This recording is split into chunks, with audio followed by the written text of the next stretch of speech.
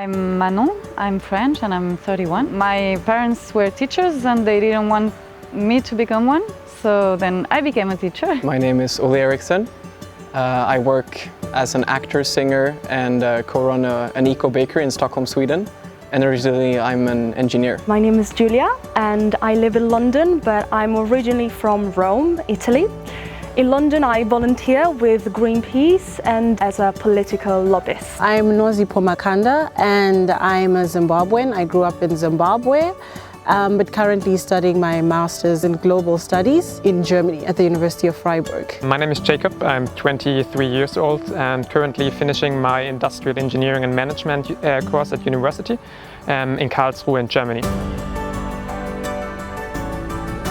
I decided to come first to keep learning about these topics, about environment. Mostly I think it was to fight against the eco-anxiety that I feel quite often. I get sometimes this feeling that I'm completely powerless, and I needed to connect to people who actually believe that we can do something about it. I think this is a topic that hasn't always been spoken about, especially throughout my academic studies. So I do come here with an open mind to learn and understand more. Connecting with people, like-minded people as well. Probably getting out of my comfort zone, either trying new experiences, then also not being afraid to speak up. Another goal for me is definitely not to check my emails for the whole week and not to go on social media. So let's see how I can do on this. Also to exchange about how education is run in other countries. I hope I'll get some new perspective, both from like a global point of view, but also really from the inside. Because I think a lot of people know sort of what they should do about sustainable development, and I do too. But then do I really act that way, and for what reason am I not? Whenever I first started to study industrial engineering and management, I figured out that the main part of the study program is that we learn how to optimize. So it's all about how can we produce more with less time and less money. And this is basically, for me personally, a big tension. What can we do for our companies and our businesses? How can we change them? What can we do with the whole society? That climate change or climate politics is not only a thing for rich people. My fear is probably to leave even more confused and not knowing what to do next. It would be coming to a point where there are no solutions or there are no answers. There is no way forward. It has been only a few hours now, but we have been talking with so many people and so many different subjects that it already feels that inspiration is coming.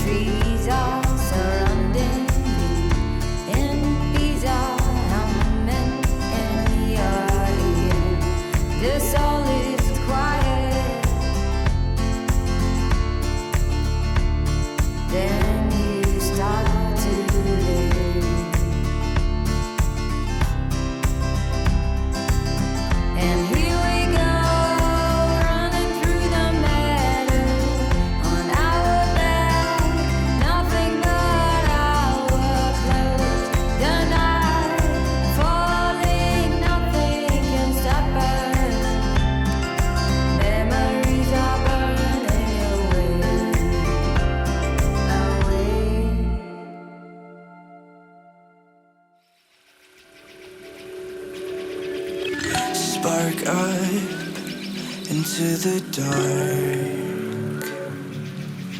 The sweat drips down a watermark. And your fire, your emerald, your walls. And you tell me you wanted to know. The right people always left and you're coming down with the cold, cold wanting. The wrong types of feeling good, feeling purple rage. You're coming down with the cold, cold haunting. You feel nothing, feeling good on the golden days. Your mind slips and you're left bad conscience. For birds flying past the clouds, past your busy gaze.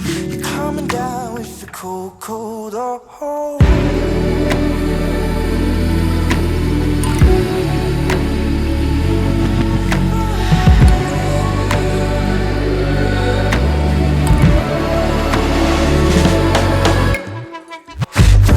People always left and you're coming down with the cold, cold wanting.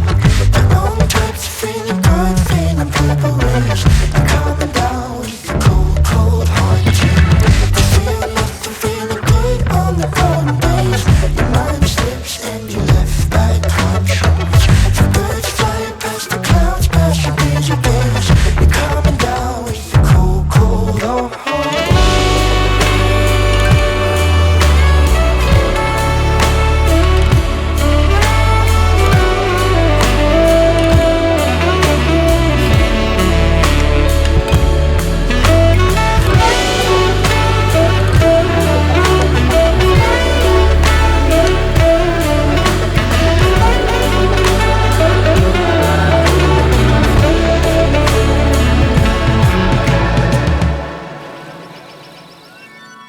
The right people always left and you're coming down with the cold, cold wanting.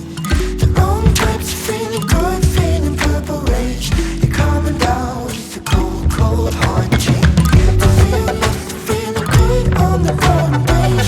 Your mind slips and you're left by conscience. The birds flying past the clouds, past your busy days.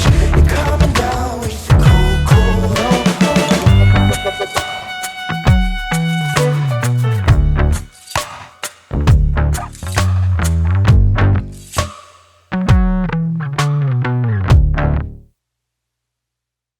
What surprised me the most has probably been to what extent I've been moved in a more of an emotional way.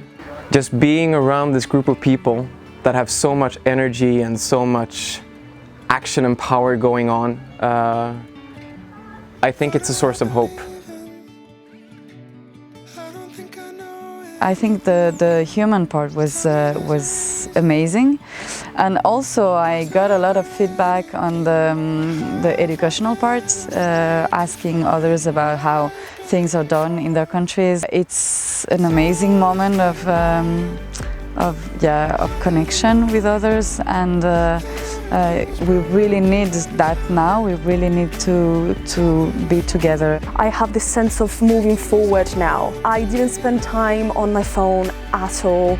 I didn't go on social media. If my friends and family and people that don't know me want to experience these 3 parts that are so important in our lives: connection, knowledge, education, and time in nature, absolutely, yes. I totally recommend this course.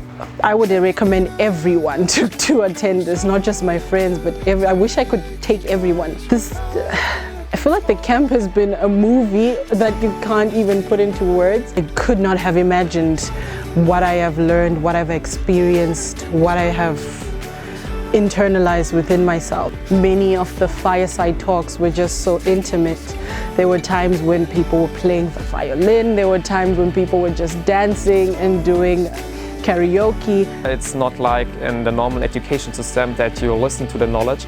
You can also try it out on yourself, and you have the opportunity to speak to the speakers who were here throughout the whole week, so they are not staying only for their session. they're staying here for the evening, so you have the opportunity to talk in one-to-one with them. I think my favorite memory or situation would be the whole interview with Professor Gaël Giraud. The first time I felt really, oh wow, this is beautiful, is during our session with Jonathan. We started the session with a chant. He divided us in 4 different singing groups, and we all started singing together, and the words were so powerful. We were saying like, we belong to the earth.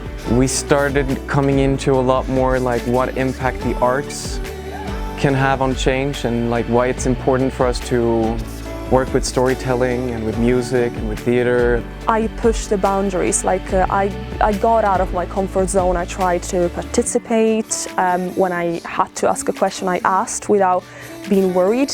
There was also this very short moment when we were all sitting doing the iceberg, and then there was this other participant, Camila, who just cuddled with me, and it was so cute, it was so natural, and it reminded me of how separated we are from each other and how much I want to connect, just very simply connect with other people.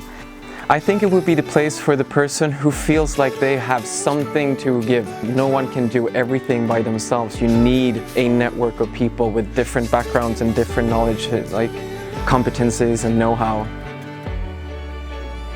And I don't know if I'll find people like this elsewhere in the world, but it is encouraging to know that there are still people who believe in the same values.